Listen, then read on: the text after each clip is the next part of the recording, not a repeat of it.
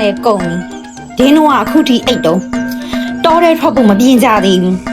ဟေးဘာတန်နေလဲဟာအာဖြစ်လို့လဲမြင်း ဘာဖြစ်ရမှာလဲစားဖို့ဆန်မရှိတော့ဘူးအခုထိတော်တဲ့ဝင်မှုမပြင်းကြသေးဘူးလားဒီနေ့သားကောင်ပါမလာရင်တော့ဆန်ပြုတ်တက်ဖို့ပြင်ထားကြ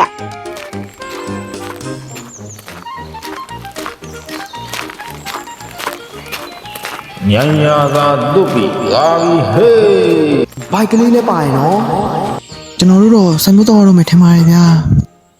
ဒီကွာတားကောင်တကောင်တော့ဥအောင်ရှာရမှာပဲကွာ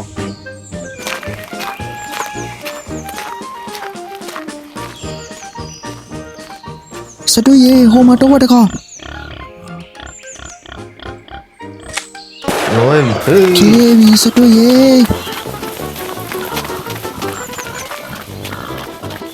စတူရေမိုးချိုးတော့မယ်ရွာဘက်ကိုပြေးကြရအောင်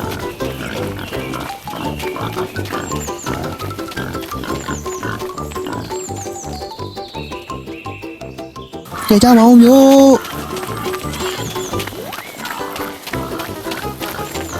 အရှင်ဖမ်းလာတယ်ကိုဟာကိုလာဖမ်းလိုက်တော့ဟာ အမလေးတော့